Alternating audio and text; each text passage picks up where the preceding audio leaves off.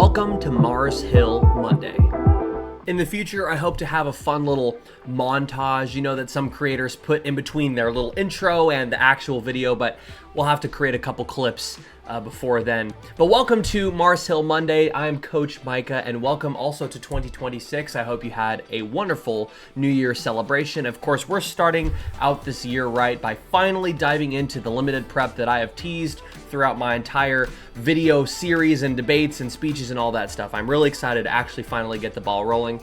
And of course, I tried to switch it up. I'm in a new location, so to speak. I've got my my musically themed decorations here. I'm a huge 21 Pilots fan, if you couldn't tell.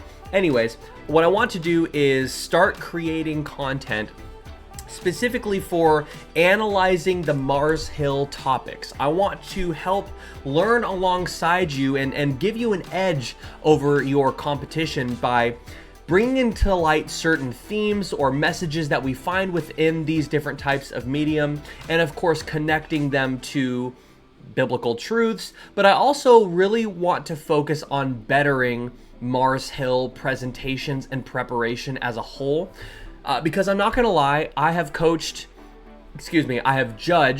a lot of Mars Hill rounds lately, and they're not really that impressive. Even at the national level at Night Talk, they all ran together, and I think some aspects of Mars Hill have been lost through different ideas and different rules that people have, or different customs that people have adopted for either their clubs and things like that. And I think a lot of people are trying to figure out what Mars Hill as an event. And I'm relatively newer to the event, so you could probably come in the comments and be like, listen, this is how it's supposed to be done, and I totally respect that. However, when I've judged Mars Hill, both at the local and national level, I was not impressed. And I think there's a lot of key information that most people who do Mars Hill are missing. And if you're trying to create a 6-minute speech, and I know a lot of beginners don't really know where to go or how to fill in that time, there's so much relevant information that can do that. And so this video is not necessarily meant for individuals who have been coached for years and years and years and have perfected the art of Mars Hill. Although I would love for you to watch, and of course, maybe you'll learn something new and I can help you out to get your speech better. But if you're first starting out doing Mars Hill, or maybe you've been doing it for a year or two and you're one of those people thinking like, I don't know how to separate it from apologetics, or maybe you just don't really like the Mars Hill event, then I would love to make it more interesting. Because if I had been taught, and I had a good coach, but if I had dove into the event earlier in my competitive years, and I had this focus that I'm about to give to these events and spend, or these topics, and spend the time researching them, I probably would have fallen in love with the event. It took me a couple years to finally decide to actually do it, and I was successful when I did it. I won a tournament and I got pretty high up at the Concordia that year. I think I was in semifinals. It was just my third ever tournament doing the event. But over the years, it wasn't really my thing. So I wanted to actually create videos to re-explore my love for these topics, as well as to help you get to know Mars Hill as an event and to do better in your rounds, to give you some new and exciting ways to tackle the topics, to make yourself stand out from the other competitors in your room, especially at the national level. So this video is actually going to be structured a little differently, and I hope to in the future have it be a live stream option where we can set up a routine and you can just join me live and interact with me. But for now, until I figure out that timing and I have a set schedule, I'm just going to create a video, and it's going to be a little edited because I don't want to ramble on. I've probably rambled on a little bit, and don't worry, I'll put the time stands in the comments so that you can just skip to the actual content later on when you rewatch this video. But there's a lot of different directions you can go with Mars Hill. What I want to actually start by doing is reading the description and kind of looking over the ballot to confirm some of the things that I don't think a lot of Mars Hill competitors actually think about when they're writing cards, especially because a lot of them sound like apologetics cards, and that's not what this event is designed to do. So let's actually look at that right now. We'll start with this Mars Hill overview here. They say that the purpose being a speech event which trains students to connect culture and Christianity, so that connection there. The name of this event is taken from the Apostle Paul's Mars Hill speech in Acts 17. Before the speech, Paul engaged with the Epicureans and the Stoic philosophers of the day in this group of people who led him into the Areopagus. I probably pronounced that wrong, where he launched into his famous sermon. From one worldview to the next, Paul responded to the voices of his culture, never failing to speak truth to them. On Mars Hill, Paul explains and uses Greek cultural ideas to find common ground, build a connection, and point to Christ. The goal is to have students recognize that God's truth is not divorced from culture. Rather, God's truth undergirds all of culture because God is the maker and sustainer of all things. In addition, the intention is that students will begin to see a shared cultural experiences as a way to draw unbelievers into a conversation which points to Christ in a natural and compassionate way. And I think with Mars Hill, that is oftentimes what is missing. It's that pointing to Christ in a natural way. A lot of speakers are definitely compassionate, don't get me wrong, but a lot of it isn't natural. Like the segue from the event topic into sharing the gospel, for example, is rarely natural. And so that's what this video is designed to do, to help find that natural connection within the content. And it also, if you go to the rules, let's go right here.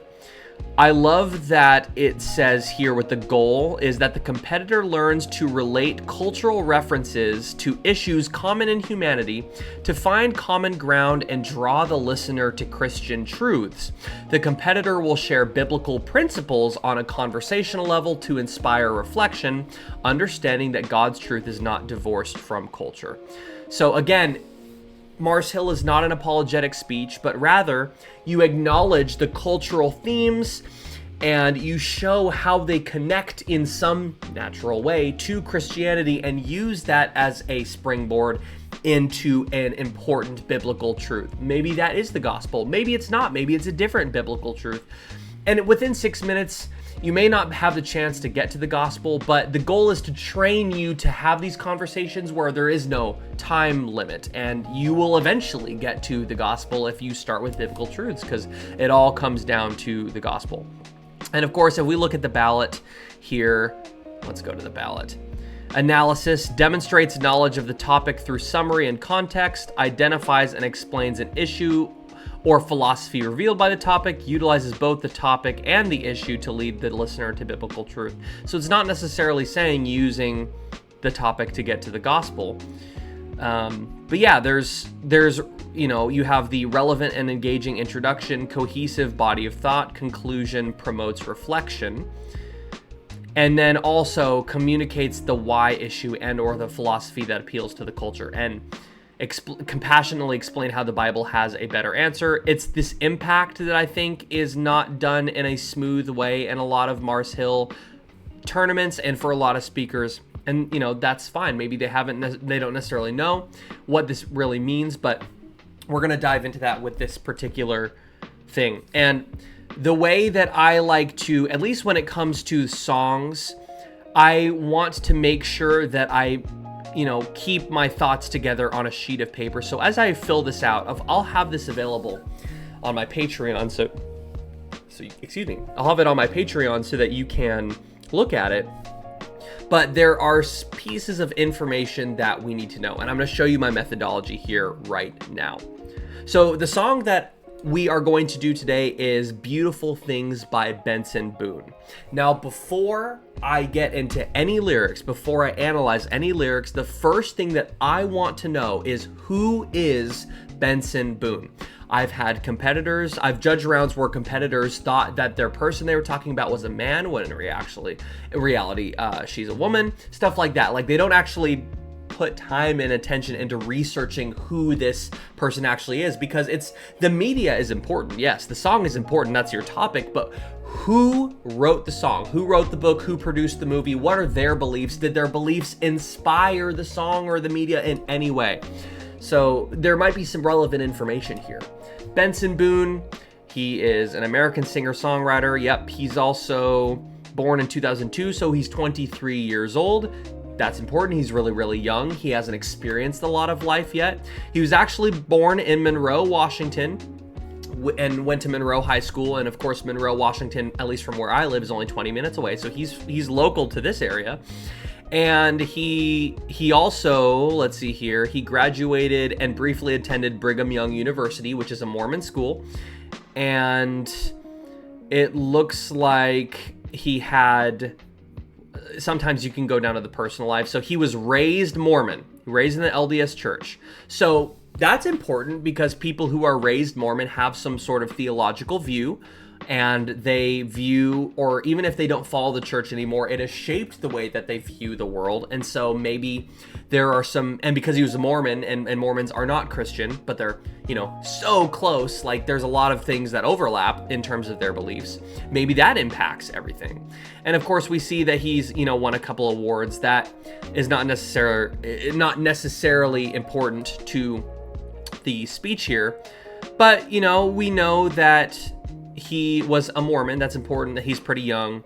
I like this. He drew early musical inspiration from attending a John Bellion concert. And if you're a veteran Mars Hill speecher watching this video, then you will remember the John Bellion song that was earlier. I don't think it's still in the Mars Hill. Stupid Deep, really, really good song. I actually really love that song. He posted singing videos to TikTok and auditioned for American Idol. And he actually left American Idol in order to focus specifically on his music career. Okay, cool. So basically he's this young, up-and-coming kid who wrote a really catchy pop song. Okay, great. Now that makes sense. So now I know who he is, and I can use that information going into this song. So we know he's 23 years old. His hometown is actually in Monroe, Washington. The hometown doesn't necessarily matter unless it is a hometown that is known specifically for something. Like maybe the cultural beliefs of that town will impact the rest of the people. There we go. Okay, cool.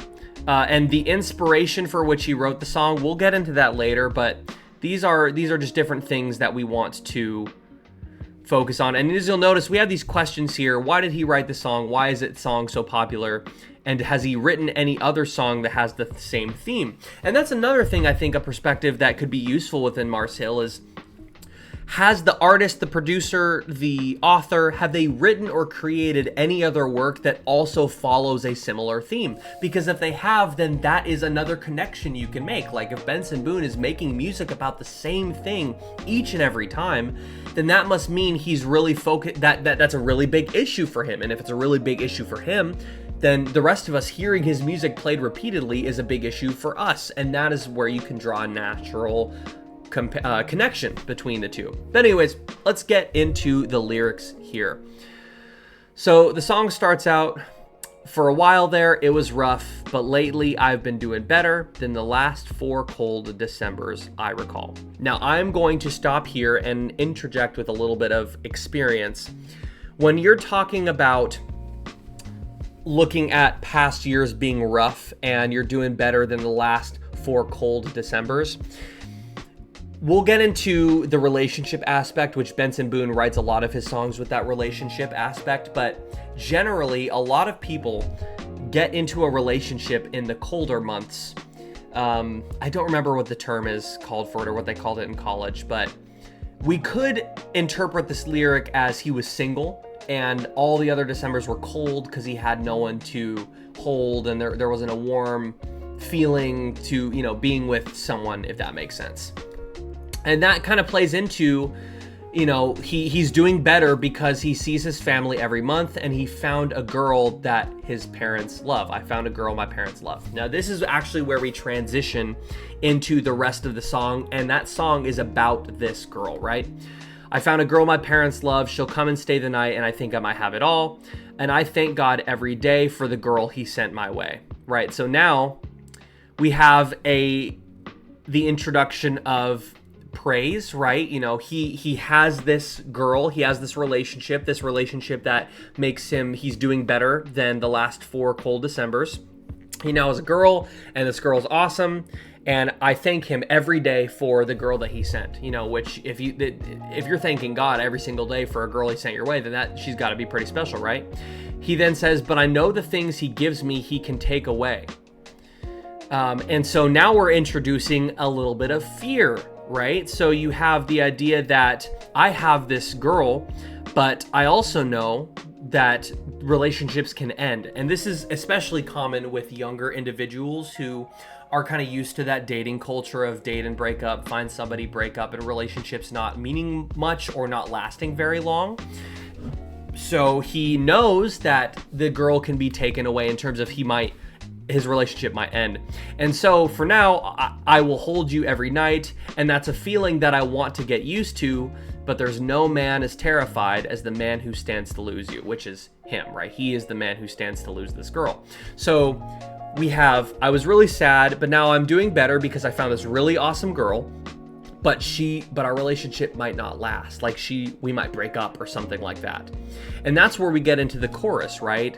Oh, I hope I don't lose you. Please stay. I want you. I need you. Oh God, don't take these beautiful things that I've got. And of course, I'm sure you've heard the chorus to this song and the music to this song here. These beautiful things that I've got, please stay. I want you, I need you, oh God. Don't take these beautiful things that I've got. Oh. But he is really getting passionate into the idea that I cannot lose this girl that I have. And maybe because he grew up Mormon, he acknowledges that there is a God. You know, the biblical truth, he gives, he takes away. The Lord provides, he taketh away.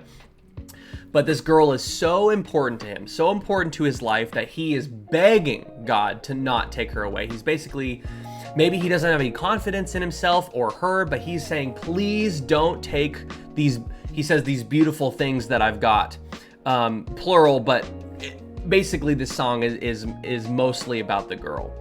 Especially if we go down to verse 2, right? I found my mind, I'm feeling sane, it's been a while, but I'm finding my faith. Okay, interesting. What does he mean by faith? Does he mean by he is finding his faith in God? Is he finding his faith in the person he's with? He says, if everything's good and it's great, why do I sit and wait till it's gone? Now, this is a really interesting, almost like not self-deprecation, self-destruction, like, everything is good and it's great. And if that is the case, then why do I just do nothing and then I just wait until it's gone? He says, oh, I'll tell you, I know I've got enough. I've got peace and I've got love, but I'm up at night thinking I might just lose it all. And that's a really interesting thought for someone to have something so awesome. He's got blessings, he's got peace, he's got love, but he's always constantly thinking about how he's gonna lose it. And we'll talk about the significance of that later on here, but that's really important. And that might be a connection that we draw with people who have no hope or individuals who are experiencing the good things in life. Maybe they are just really scared that they're going to lose those things. And of course, you have to ask yourself, where does the fear come in? Why are they scared? Goes back into the chorus, please stay, I want you, I need you, oh God, don't take these beautiful things that I've got. Now, I don't think when he says, I want you, I need you, oh God, he's saying, I want you, God, I need you. I think he's definitely saying to the girl, I want you, I need you, oh God, like, don't take the girl, right? The beautiful things that I got. Now, and I listened to this song before this video, there's something I noticed here. He says, don't take these beautiful things that I got. But in the very end, he ends his song by saying, I want you, I need you, oh God, I need these beautiful things that I got. So that final plea, he has these things, don't take them away. And then finally, he's ending the song being like, on the most desperate thing, I need these beautiful things that he's got. But what are the things that he's got, right? His girl, maybe his family, not God, right? Or maybe he's finding his faith, right? But he needs his beautiful thing. God, please don't take, I need her. And the I need her thing is that's an interesting line, because a lot of people feel so passionate about a relationship they don't want to lose that you end up thinking, I need you. And there's actually a Toby Mac song, and the lyrics that he sings a song about his wife, and he acknowledges that we're called to, kind of, our relationship with God is most important thing overall. And the amount of love that we're supposed to show towards God should be so much that the love compared, with our family members is like hatred. Like, you're supposed to love your God so much that the love you share to your family is so small in comparison that it's almost like you're hating them. And when you say that I need, my family, or you're pleading with God, don't ever take my family because I need them, you're taking the less of the reliance on him and more the reliance on that worldly thing. So, why do I sit and wait till it's gone? I'm as terrified as the man who stands to lose you. I need this. Kind of sounds like he needs the worldly thing and not necessarily needing God. The Toby Mac lyric, by the way, is I hold loosely, but I so want to squeeze. In the instance of his wife, he's like, I know God, I'm for you first and foremost, but I love my wife so much that I don't want to hold loose. Anyways, a similar thing here. And this is where we, of course, can do some more research, right? We need to understand, why did he write the song? Were we right? Was the things that I talked about here correct? I should say were the things, right? So here's a Billboard. Billboard is the main music industry news site, I guess. A lot of their awards come from this. Headline, Benson Boone on the relationship that terrified him into writing smash hit Beautiful Things. Great. Maybe I can hit exit. So yeah. So he wrote this when he was 21.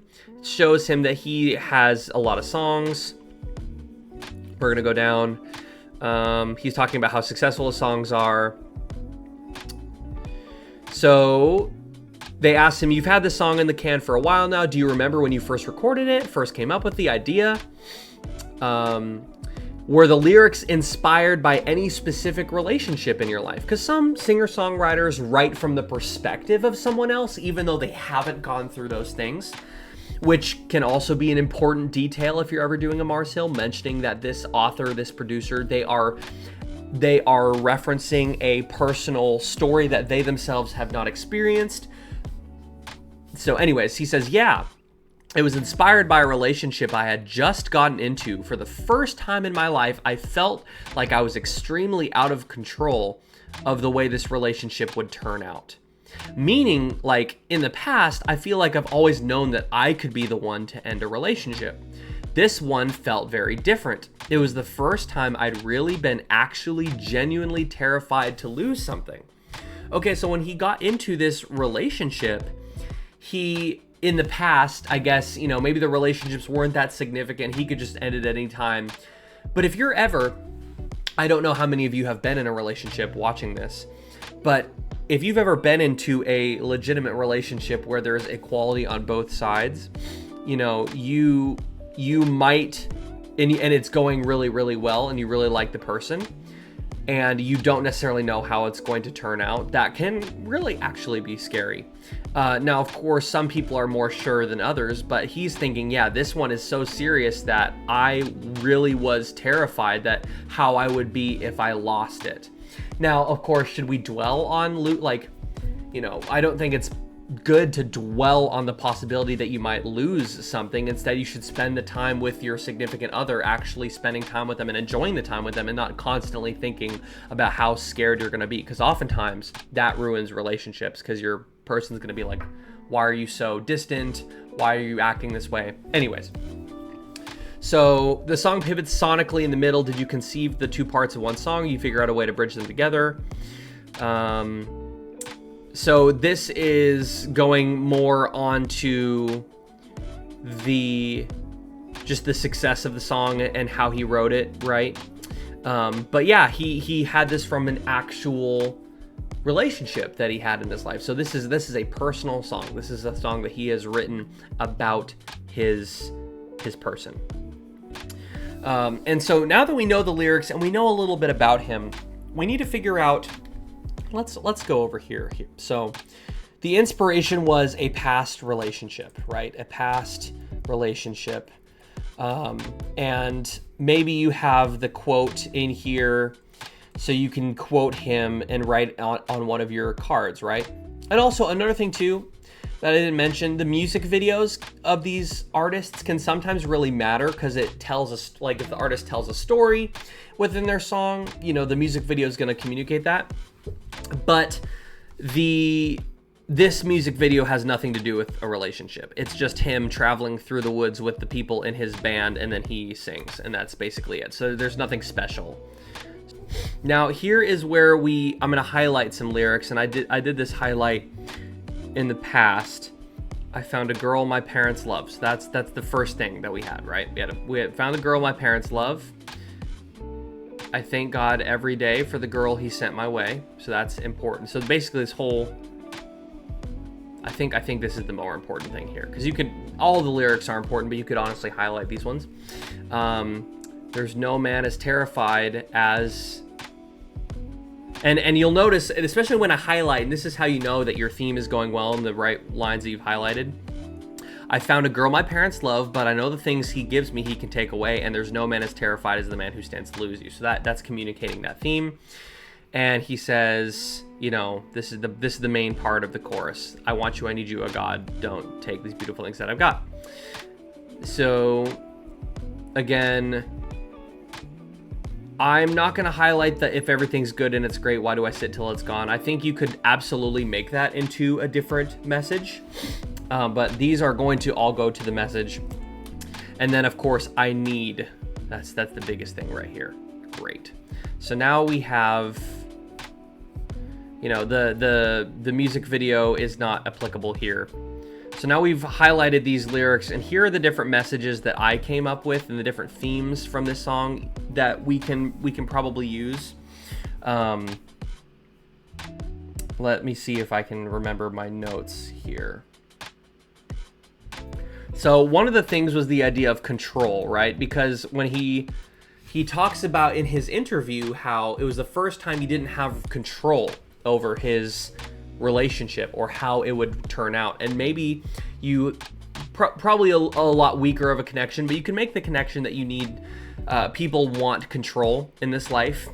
You know, society, people want control over their things. People want control over their lives and happiness. And if you aren't in control, it can seem really scary. If you aren't in control, it can be really scary. Boom. Okay, next method is probably the idea, you know, of fear of losing a relationship. And you can talk about how, we'll make the biblical connection here, but, you know, basically culturally, you know, relationships, oh, it was supposed to be an R. Culturally, relationships are the biggest priority. And so losing a good one is a big deal. And if you think about it, it really is. You know, so many things are built on relationships and the things that happen within relationships. And it makes sense because we were literally born and created to have a relationship. And that's kind of where we'll get to that biblical connection here soon. But also he kind of talks about the idea of being dependent, or we would say dependency on, you know, what we would call fleeting dependency on a relationship,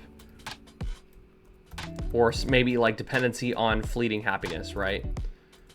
Or the feelings in a relationship. You know, so for example, like the lyric where he talks about she'll come and stay the night and I think I might have it all. Like that's a pretty loose foreshadowing of, you know, doing things that only married couples should do. But a lot of people have that type of relationship, and those are really they're so major, and that's why they're discouraged outside of marriage. And so they honestly kind of create this pleading dependency. If you've experienced things like that, if you've experienced the worldly desires in a way that is not designed to happen, then you are going to be dependent on those feelings, if that makes sense. So this is where we have like the idea of the biblical connection, right? So let's get this done here. We got, when it comes to control, we have the idea that, God is in control. And not only that, his plan is the best plan possible. And I just think about Romans 8:28. Let's see if I can remember.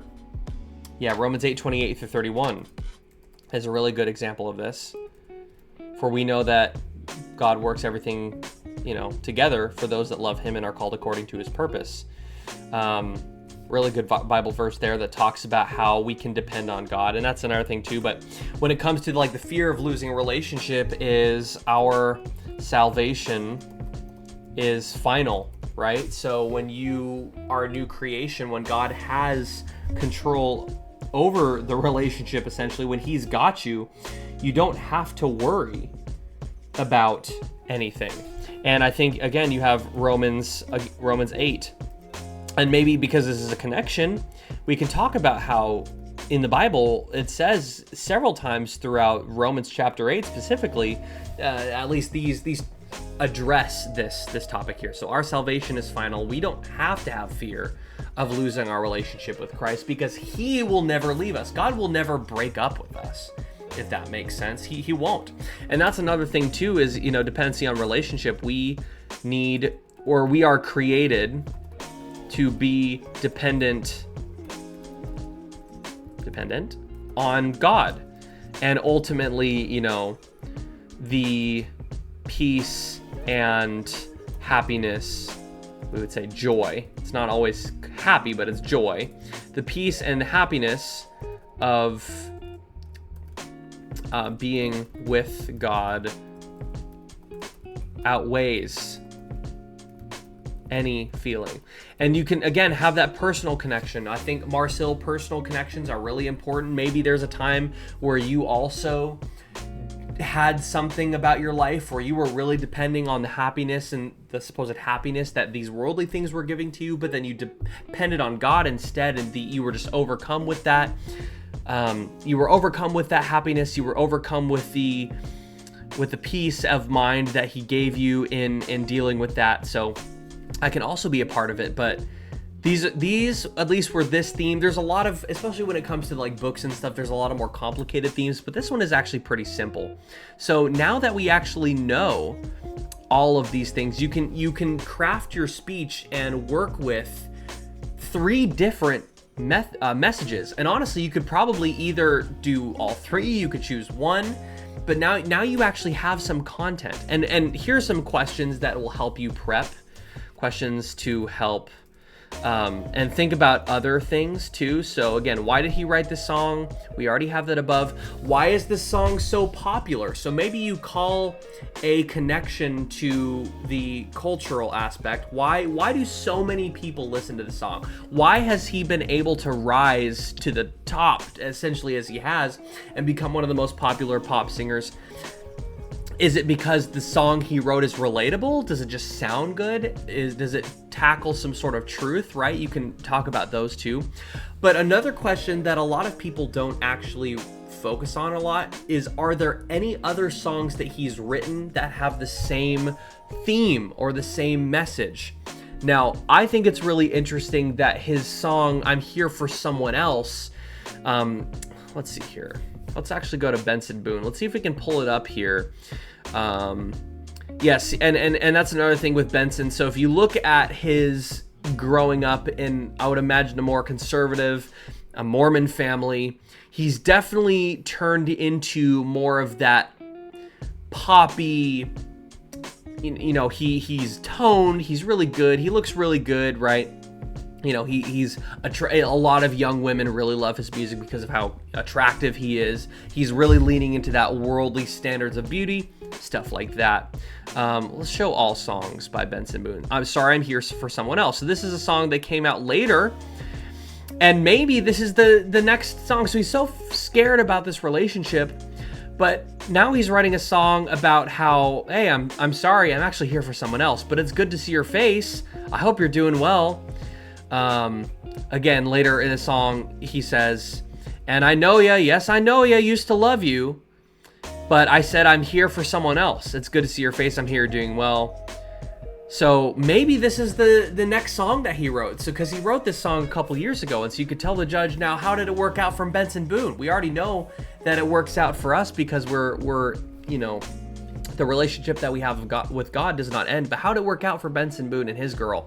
Well, he wrote a song called I'm Here for Someone Else, and it goes into the idea of running into your ex and just telling them, listen, you know, you're great. It's cool I'm glad you're doing well, but I'm actually not here for you. I've moved on, essentially. So maybe Benson Boone has moved on from his girl. So being able to ask yourself, has he done anything or written anything that is the next continuation of that song, right? And I'm sure, I don't want to assume, but I'm sure when you're raised up in Hollywood and you're given that fame and success, usually the little people don't really make it through all that. I'm sure he has had multiple girlfriends. He actually dated some model, I think, for a year. Anyways, I'm here for someone else.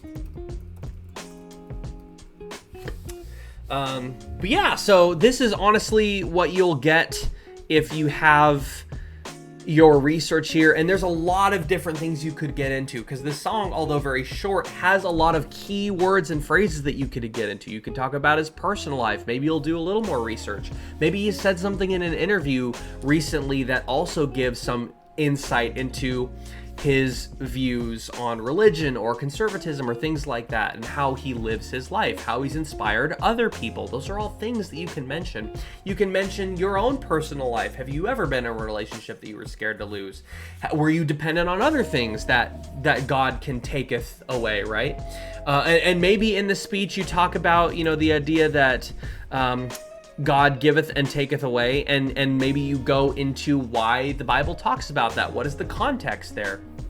Don't want it to make an apologetic speech, but again, you could talk about, you know, the Lord, God, you know, gives and takes away. But we also know with John 10:10, right, that he gives life and he gives it abundantly. The thief may come to steal and destroy, but I've come to give life and give it abundantly. So God gives us, he wants to give us blessing, and maybe that's why we should depend on God, because of that.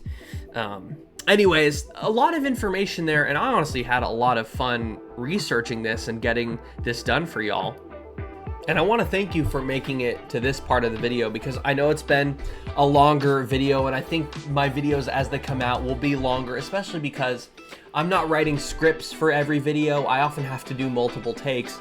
And if we're going for that live stream vibe of just having a conversation and learning about pop culture together, it is going to come off a little bit like rambling. But I hope this video was helpful, and I hope I've given you a strategy in how you can prepare for topics like these. And I'm the type of person that I want to win every event that I do, and I want you to win every event that you do. And so I want you to be prepared for these events, and doing the research is really important, because what's going to set you apart from your competitors and the other students is your attention to detail. And there's so much detail that is missed in Mars Hill topics, and if you have enough of it, making connections will be so natural, and they won't always have to be specifically Jesus died for your sins, because the biblical truths we talked about were the idea of our relationship with God and how that's secure, how we don't have to worry, how we can be provided for, how God gives life abundantly, things like that. But anyways, Mars Hill Monday, I think it was a success. I'll see you next Mars Hill Monday. If there is any particular topic that you want me to do next, go ahead and leave that in the comments below. I might just stick on the music train for now, but maybe I'll switch it up and do a book or a movie next time. But let me know down below what you want me to review next and what we can review together. But anyways, once again, thank you so much for watching this video. I hope it was helpful, and I will see you in the next one.